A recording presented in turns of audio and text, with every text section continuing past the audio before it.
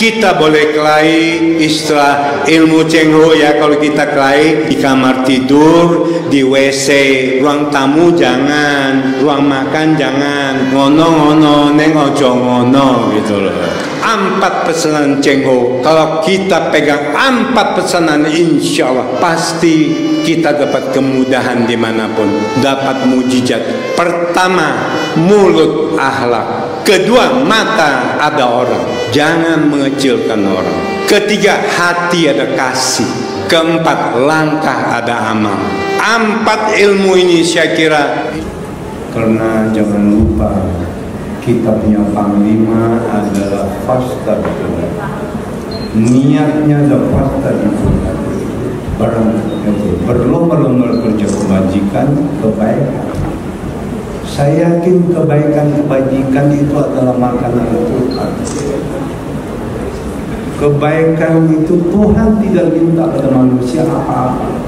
Kebaikan. Nah ini harus sadar kita umat Islam sekarang. Kenapa kita umat Islam ternoda sekarang? Islam tidak ternoda, umatnya kena casingnya. Ini mudah-mudahan yaitu sesuai apa kata Nabi Muhammad, balikan yang mulai. Jadi kita sekarang merdeka, kita lihat suasana negara kita lihat mental, kita lihat pilpres kita. Saya tidak berpolitik, tapi saya bahan baku politik. Terus terang, saya bukan pintar, tapi saya ngerti. Pintar menghancurkan dunia, ngerti menyelesaikan dunia. Ini pengertian mudah-mudahan sebagai kita.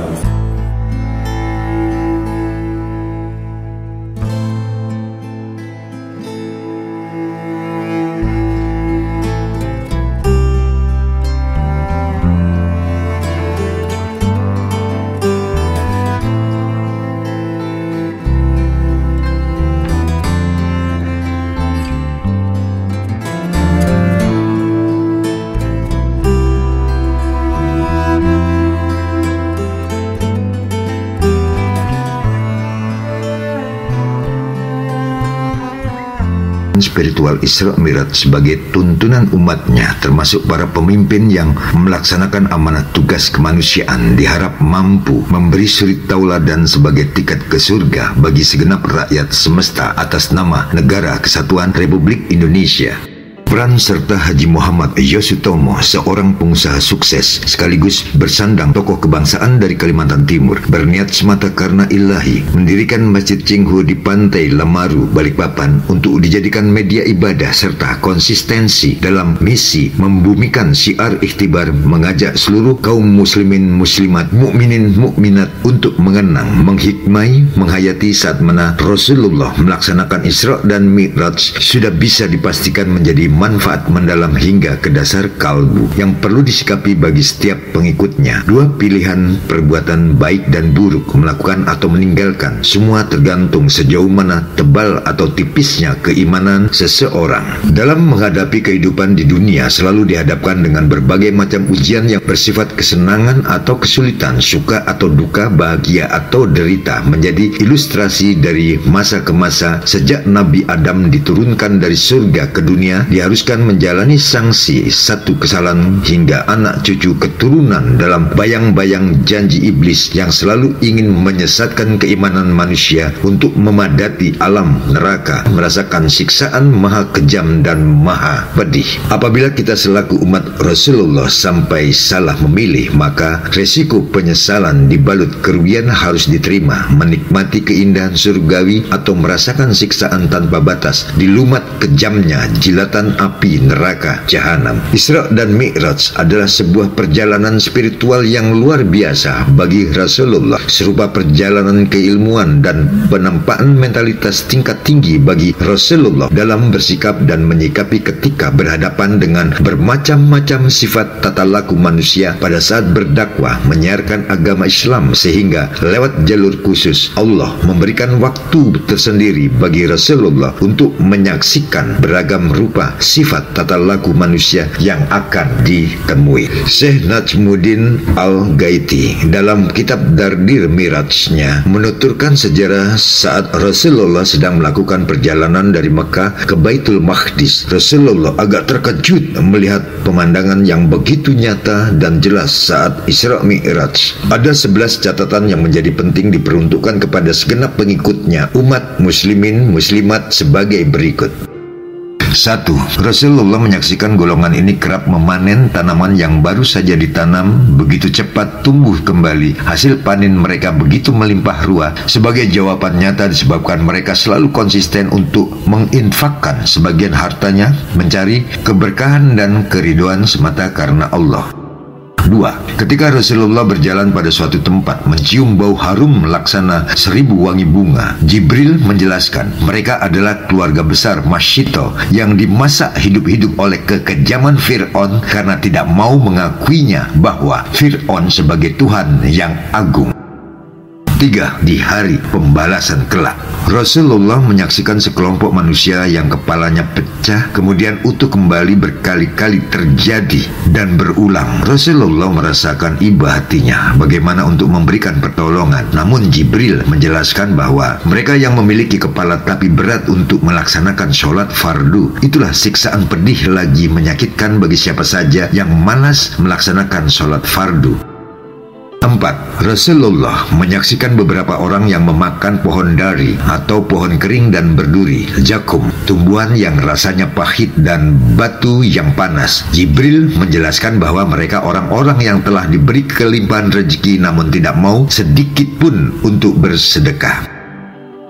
5. Rasulullah menyaksikan para penjinah yang punya hobi lebih memilih wanita lain di luar pernikahan. Tergambar jelas seperti orang-orang yang menggenggam daging empuk dan daging busuk, namun mereka lebih memilih menyantap daging busuk daripada daging empuk dan segar yang dibawanya sendiri. Jibril menjelaskan bahwa itulah satu pertanda keburukan nyata bagi manusia yang lebih memilih tidur dengan perempuan lain daripada istri yang dinikahi secara sah. 6. Rasulullah menyaksikan para perampok seperti kayu di tengah jalan. Setiap orang yang melewati ikut terbakar oleh tumpukan kayu tersebut. 7. Rasulullah menyaksikan sekumpulan manusia berenang di sungai dipenuhi darah. Merekalah gambaran para pemakan harta haram, membungakan uang pinjaman. Terkerap kali yang terjadi suku bunga melebihi dari jumlah pinjaman, sehingga begitu banyak orang menderita menjadi korban keganasan para pemakan harta riba.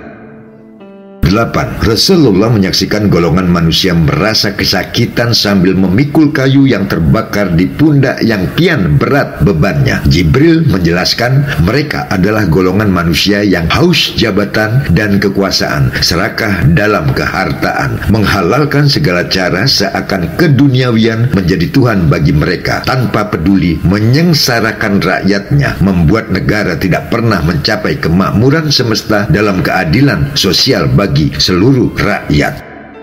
9. Rasulullah menyaksikan para pemuka agama, para ulama, mulut mereka dipotong dengan gunting besi, tumbuh dan dipotong terus-menerus dalam kepedihan dan kesakitan yang luar biasa. Para ulama tersebut hanya hebat menganjurkan tapi tidak mereka lakukan sendiri dan mengamalkannya dengan segala kemanisan bahasa, tapi hanya tipu daya, melupakan jelas-jelas sebagai musuh Allah.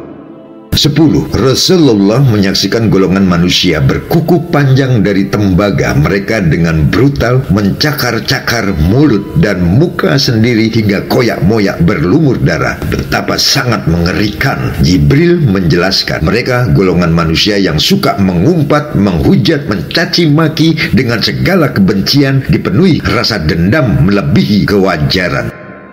11. Rasulullah menyaksikan sebuah lubang kecil, tiba-tiba keluar seekor sapi yang sangat besar. Meski bersusah payah, sapi itu tidak mampu untuk masuk kembali ke dalam lubang yang kecil. Jibril menjelaskan, itulah gambaran golongan manusia suka memprovokasi, membuat perpecahan antar umat, menimbulkan peristiwa besar yang mengerikan. Para provokator tidak mampu untuk menyelesaikan masalah atau siap untuk mempertanggungjawabkan perbuatan yang fatal, merugikan merugikan banyak orang menjadi korban penderitaan yang menyedihkan.